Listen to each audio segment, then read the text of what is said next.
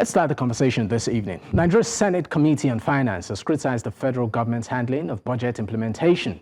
Now, lawmakers say repeated extensions of capital spending have created overlapping budgets since 2024. At a session on the 2026 to 2028 Medium Term Expenditure Framework, senators noted that Nigeria is currently operating both the extended 2024 budget and 2025 budget simultaneously. Now, they argue this undermines fiscal discipline and call for a return to the January to December cycle. Finance Minister Wale Edun explained that the revenue shortfalls have necessitated rollovers, with only 10 trillion naira realized out of the 40 trillion projected for 2025. Now, the committee members urged more realistic targets and stronger revenue collection. Chairman Sani Musa assured that steps are being taken to restore budget cycle in 2026. Well, a lot, of course, has been said, but let's bring in the guest this evening to join this conversation. We have Maxwell Okpara, is a human rights lawyer, and also Dr. Aliyu. Ilias is an economist and development expert. Gentlemen, thank you for your time. Thank you. Thank you. For your information, my name is Dr. Maxwell Okpara. I have PhD in law. It's not an honorary doctorate degree. So address me properly, please. Dr. Maxwell Okpara is my name. All right. Thank you for your time on the program. Duly noted, Dr. Okpara. Let me start with you.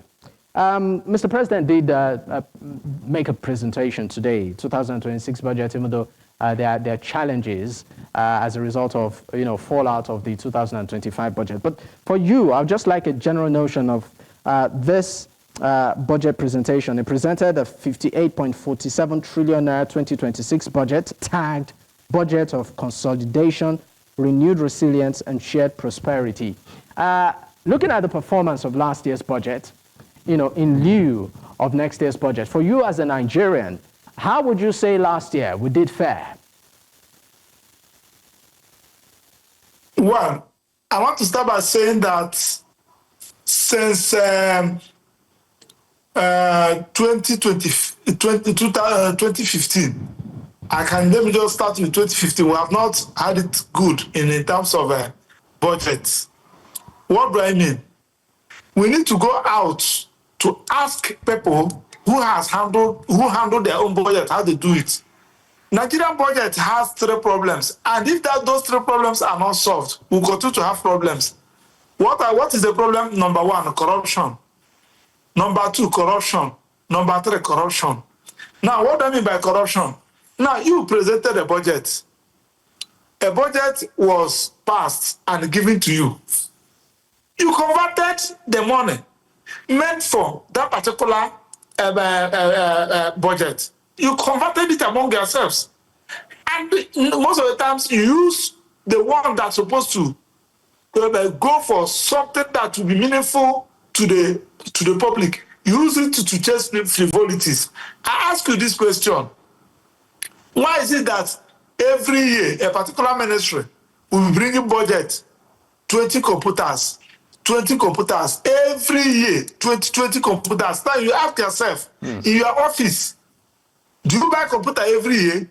So when you now see all this corruption, that is why we're having challenges. If the president wants to help this country, as the budget has been presented, you follow it to the latter. The money meant for computer should be used for computer. The money meant for roads should be used for roads. So when people don't follow the budget, when people don't follow the money meant for the budget, when people don't follow the implementation of the budget, that is where the problem is. Whether you call it a budget of consolidation, budget of review, all those words are nomenclature. We are talking about the practicability, implementation. All right. So anything short of that will not get it right. All right. Thank you so much, Dr. Okpara. Let me, of course, bring into the conversation right now my second guest. Now, one thing that this budget, if we are to put it in tandem with that of last year, the 2026 budget, the total size about 58.47 trillion. That of last year, that's 2025. This year that is, of course, winding up. It was 54.90 trillion. But the interesting thing with the 2026 budget is that capital budget is largely made of unfinished 2025, projects. And even the finance minister did say that in terms of projection, revenue projection, there was a shortfall about 10 trillion naira. And the issue of realistic revenue targets also comes into play here. I mean, as an economist, looking at how we have always, came up with these figures over the years, the presentation, both revenue and expenditure and all of that, where do we seem to be getting it wrong? Right. Thank you so much for having me. The fact remains that I listened to Mr. President, and while he was talking, SASIB is not in charge in terms of economic activities and budgetary allocation. I also listened to some of the National Assembly members. They also sound as if they were not there when the budget were actually presented and when the budget was approved. Because it is sad that what the gain we gained during Buhari era of January to December budget has been lost. So be that as it may, if you also look at the component of the budget, I can even tell you that among the three budget the government has presented, this year happens to be the best. What I mean that 2026 happens to be the best because it is not as ambitious as others. But most of us will tell them that what you are presenting is ambitious. Now let's bring it down to how it actually benefits our citizens. You will recall that the budget usually have three components of capital expenditure. It also have recurrent expenditure and also have debt servicing. But if you look at this very, very well, the only thing that can benefit the reality of Nigeria is simply the capital expenditure. So when we talk about capital expenditure, that's what is expended on social infrastructure like road, like health, like education and whatever. But if you look at it critically, the recurrent expenditure is always implemented, even by January 1st. They'll start implementing the recurrent expenditure. Even if there is no money, they will go to ways and means in CBN and get money to start implementing. If you also look at debt servicing, it's an obligation. So they don't have choice, they have to do that. But if there's any revenue shortfall, there's a problem, it is the capital expenditure that will benefit Nigeria that people will suffer from. A good example is what happened this year. Capital expenditure implementation started around October. What do you think they can achieve within that period? And the worst thing now is that it's going to be rolled over to 2026. 70% of it are that. That simply means that it's as if budget of 2025 has failed because it did not do the actual thing it expected to actually carry out. That's a serious problem. So, and that's why I'm telling you that when they were speaking, I think the president has forgotten their responsibility of oversight function, of appropriation, of approval and what have you. So it's so sad that we are experiencing so and Nigeria are going to suffer for it because of the capital project component. All right, I'm still going to stay with you on this because there's also the issue of sometime in September, Mr. President saying in terms of revenue target, we seem to have met it, but the finance minister is saying otherwise, saying that there seems to be a shortfall in that target. But I'll get your response on that after our first break. Stay with us, we'll be right back. Many thanks for staying with us. It's still Politics HQ on News Central Television. I still have my guest with me. Dr. Maxwell Okpara is a human rights lawyer, and also Dr. Aliyu Ilias is an economist. Both men, of course, are joining me on this conversation at this time. Gentlemen, thank you for staying with me. Well, Dr. Okpara, are you there? Okay, I think we have lost a connection there with Dr. Okpara. Once we have him up, we'll definitely bring him on. But let me come back to Dr. Aliyu Ilias. Let's talk about the composition of this budget itself. A chunk of it, a chunk of the expense is going to security, almost what we see every year. And then you have education, you have health and all of that. But I'd like you to speak basically on how these appropriations are done and the results we have seen over the years, particularly on the issue of security.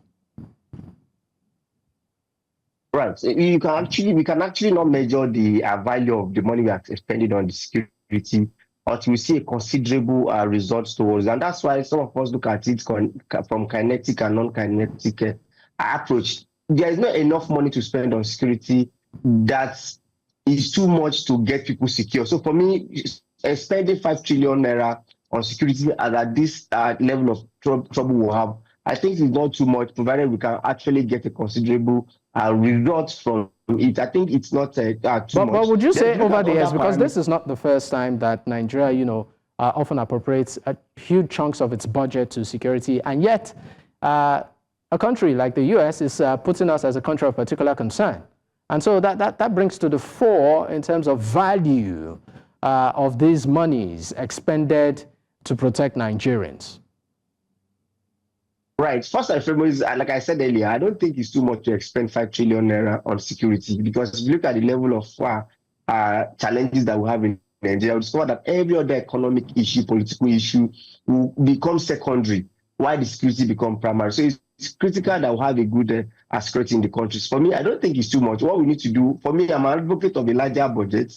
A budget, for me, it is small compared to even countries, South Africa and other countries across that of our size in Africa. So for me, I don't think it's too much. We only need to get results. So what we should be discussing is that how do we get considerable results? Because if you look at how much China, America, England are expending of their security, we discover that we are still doing patchy stuff. However, we need to go sophisticated. We need to see the result and value for money. All right. One other issue is debt financing. Nigeria, of course, has seen an escalation in its debt profile. The rate at which the country, is borrowing, or the government of the country is borrowing monies. At some point, it became an issue of concern, but was somehow hushed. Even at authority level, where some key officers tried to raise concerns in that direction, but seemed to backtrack. So I'm going to put it to you. Looking at our debt profile in terms of revenue generation and also value when it comes to Nigerians themselves, would you say there is, from an economic perspective, would you say there is balance here, or are we sitting on a keg of gunpowder?